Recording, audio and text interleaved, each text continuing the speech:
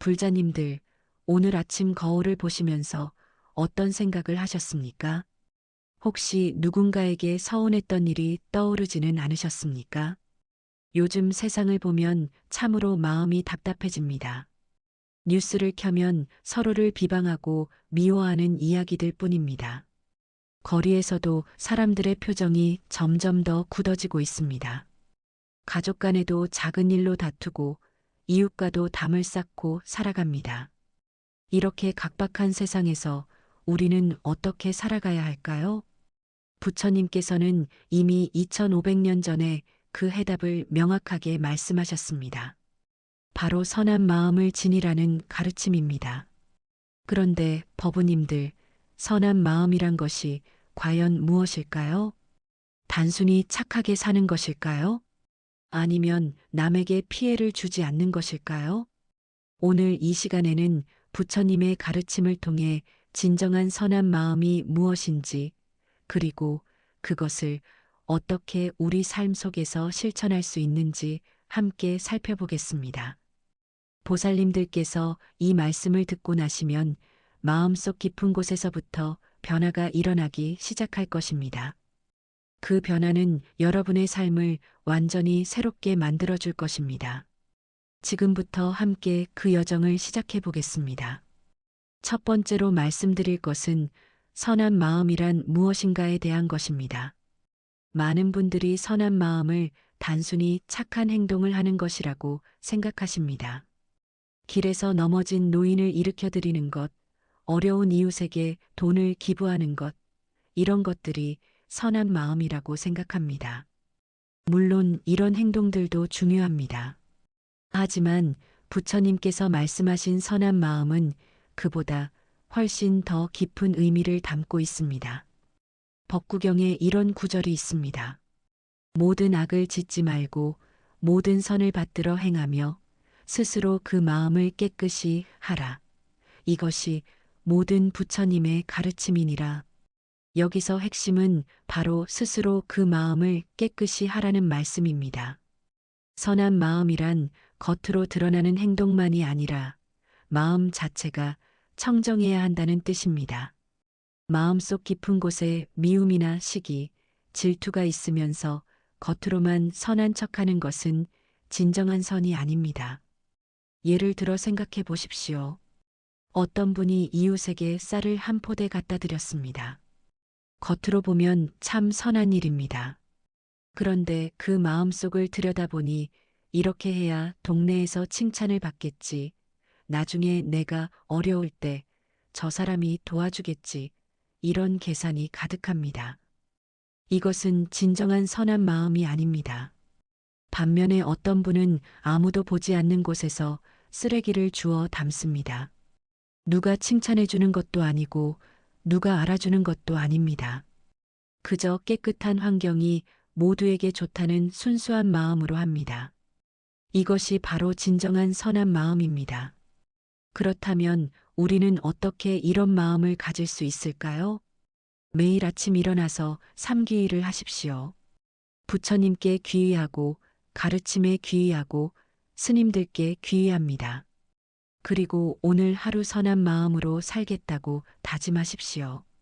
저녁에는 하루를 돌아보며 어떤 마음으로 살았는지 반성하십시오. 이렇게 매일 자신의 마음을 살피는 수행을 하면 점점 마음이 맑아집니다. 또한 하루에 한 번이라도 조용히 앉아서 호흡을 관찰하는 명상을 하십시오. 들숨과 날숨을 지켜보면서 마음의 움직임을 관찰합니다. 화가 나거나 욕심이 일어나는 것을 있는 그대로 바라봅니다. 이렇게 자신의 마음을 알아차리는 것이 선한 마음을 기르는 첫걸음입니다. 두 번째로 말씀드릴 것은 선한 마음이 우리에게 가져다 주는 복에 관한 것입니다. 많은 분들이 이렇게 질문하십니다. 선하게 살면 손해보는 것 아닌가요? 세상은 악한 사람들이 더 잘 사는 것 같은데요? 이런 의문을 가지시는 것도 충분히 이해합니다. 눈에 보이는 현실만 보면 그렇게 느껴질 수 있습니다. 하지만 부처님께서는 인과의 법칙을 명확하게 말씀하셨습니다. 화엄경에 이런 구절이 있습니다. 만약 백천겁에 지난 일이라도 지은 업은 사라지지 않나니 인연이 화합하여 만나면 과보를 받게 되느니라. 선한 마음으로 지은 선업은 반드시 좋은 결과를 가져옵니다. 악한 마음으로 지은 악업은 반드시 나쁜 결과를 가져옵니다. 이것은 누가 벌을 주거나 상을 주는 것이 아닙니다. 자연의 법칙처럼 저절로 그렇게 됩니다.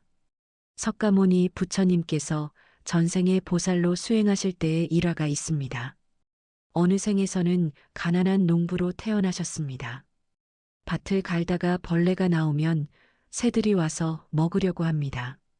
다른 농부들은 밭일이 빨리 끝나니 그냥 내버려 둡니다. 하지만 보살님은 벌레들이 불쌍해서 일일이 옮겨주셨습니다. 그래서 밭일이 다른 사람보다 훨씬 늦게 끝났습니다. 겉으로 보면 손해본 것처럼 보입니다. 하지만 그 선한 마음의 공덕이 쌓이고 쌓여서 결국 부처님이 되시는 큰 과보를 받으셨습니다. 법우님들, 우리 일상에서도 이런 일들이 일어납니다. 어떤 분이 회사에서 동료가 실수했을 때 덮어주고 도와줬습니다. 당장은 자기 일도 바쁜데 손해보는 것처럼 보였습니다. 하지만 나중에 그분이 어려울 때 그 동료가 큰 도움을 줬습니다. 또 그런 모습을 보던 상사가 진급 대상자로 추천했습니다. 선한 마음은 이렇게 돌고 돌아서 반드시 복으로 돌아옵니다. 또 다른 예를 들어보겠습니다. 시장에서 장사하시는 어떤 보살님이 계셨습니다. 손님들에게 늘 정직하게 장사하고 조금씩 더 주셨습니다.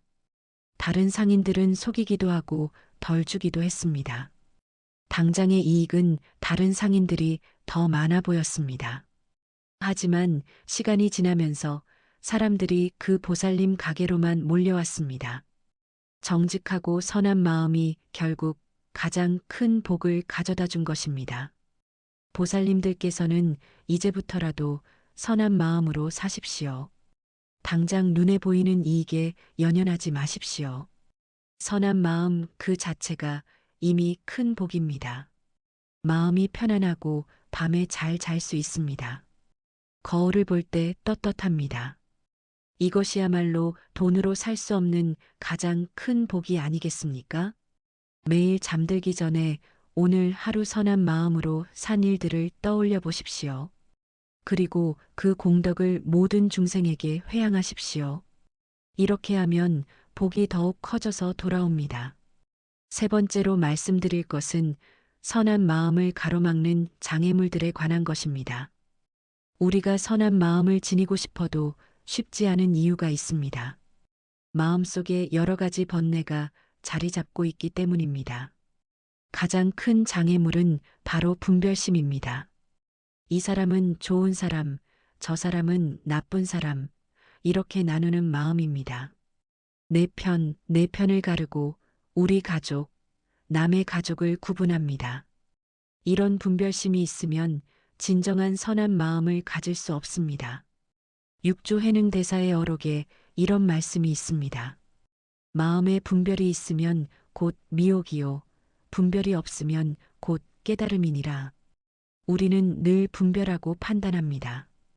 이것은 옳다, 저것은 그르다, 이 사람은 착하다, 저 사람은 악하다. 이런 분별이 사라지지 않으면 선한 마음도 완전할 수 없습니다. 예를 들어 어떤 분이 길에서 넘어진 사람을 봤습니다. 옷차림을 보니 가난해 보입니다. 그러면 불쌍하다고 생각하며 일으켜줍니다. 하지만 만약 그 사람이 술에 취한 것 같으면 피해갑니다. 이것이 바로 분별심입니다. 진정한 선한 마음은 상대가 누구든 어떤 상황이든 차별 없이 자비를 베푸는 것입니다. 또 다른 큰 장애물은 욕심입니다. 내가 베풀면 뭔가 돌아올 것이라는 기대, 이것도 욕심입니다. 선한 일을 하고 나서 칭찬받기를 바라는 마음, 이것도 욕심입니다. 금강경에서 부처님께서는 이렇게 말씀하셨습니다. 보살은 마땅히 이와 같이 보시해야 하나니 상에 머물지 말지어다. 베풀되 베푼다는 생각에 집착하지 말라는 뜻입니다. 받는 사람이 누구인지, 내가 무엇을 주었는지, 이런 것에 연연하지 말라는 것입니다. 참으로 어려운 가르침입니다. 하지만 이것이 진정한 선한 마음입니다. 그렇다면 어떻게 이런 장애물들을 극복할 수 있을까요? 먼저 자신의 마음을 관찰하는 수행을 꾸준히 해야 합니다. 아, 지금 내가 분별하고 있구나. 지금 내가 욕심내고 있구나. 이렇게 알아차리는 것입니다. 알아차림이 생기면 그 순간 집착이 약해집니다. 또한 매일 참회하는 시간을 가지십시오. 오늘 내가 분별심으로 누군가를 차별하지 않았는가? 오늘 내가 대가를 바라며 선한 일을 하지 않았는가? 이렇게 돌아보고 참회하십시오. 그리고 지장보살님이나 관세음보살님께 기도하십시오. 제 마음속의 번뇌를 없애주시고 진정한 자비심을 갖게 해달라고 간절히 기도하십시오. 보살님들의 가피로 점점 마음이 청정해질 것입니다. 또한 경전을 읽고 부처님 말씀을 공부하십시오. 법구경이나 금강경, 반야심경을 매일 조금씩이라도 읽으십시오. 부처님 말씀이 마음에 새겨지면 저절로 분별심과 욕심이 줄어듭니다. 아침 저녁으로 연불 수행도 좋습니다. 나무 아미타불을 하루에 1000번이라도 하십시오. 연불하는 동안에는 잡념이 사라지고 마음이 맑아집니다. 이렇게 꾸준히 수행하면 선한 마음을 가로막는 장애물들이 하나씩 사라집니다. 네 번째로 말씀드릴 것은 선한 마음을 실천하는 구체적인 방법입니다. 이론만 알아서는 소용이 없습니다. 실제 삶 속에서 어떻게 실천하느냐가 중요합니다. 부처님께서는 팔정도를 말씀하시면서 실천 방법을 구체적으로 제시하셨습니다. 정견, 정사유, 정어, 정업, 정명, 정정진, 정념, 정정입니다. 이 중에서 특히 정어와 정업이 일상에서 실천하기 좋습니다. 정어란 바른 말을 하는 것입니다. 거짓말을 하지 않고, 험담을 하지 않고, 이간질하지 않고, 욕설을 하지 않는 것입니다. 그리고 부드럽고 진실한 말, 화합하게 하는 말, 의미 있는 말을 하는 것입니다. 법우님들, 오늘부터 당장 실천해 보십시오. 아침에 일어나서 가족에게 따뜻한 말 한마디를 건네십시오. 잘 잤어요? 오늘 하루 좋은 일만 가득하세요. 이런 간단한 말 한마디가 선한 마음의 시작입니다. 직장에서도 동료들에게 격려와 칭찬의 말을 하십시오. 오늘 일 수고 많으셨어요. 덕분에 일이 잘 풀렸어요. 이런 말들이 선한 마음을 전하는 것입니다.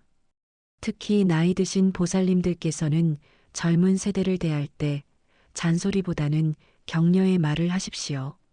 요즘 젊은이들은 우리 때보다 훨씬 힘든 환경에서 살아갑니다. 그들의 어려움을 이해하고 응원하는 말을 해주십시오. 정업은 바른 행동을 하는 것입니다. 살생하지 않고 도둑질하지 않고 사음을 범하지 않는 것입니다. 그리고 적극적으로 생명을 살리고 베풀고 청정하게 사는 것입니다. 구체적으로 어떻게 할 수 있을까요? 길에서 개미 한 마리라도 밟지 않으려고 조심하는 것, 이것이 불살생입니다. 채식을 하거나 최소한 육식을 줄이려고 노력하는 것도 좋습니다. 사찰에 가서 방생을 하는 것도 생명을 살리는 실천입니다. 베풀기는 돈이 많아야만 할 수 있는 것이 아닙니다. 지나가는 사람에게 미소 짓는 것도 베품입니다.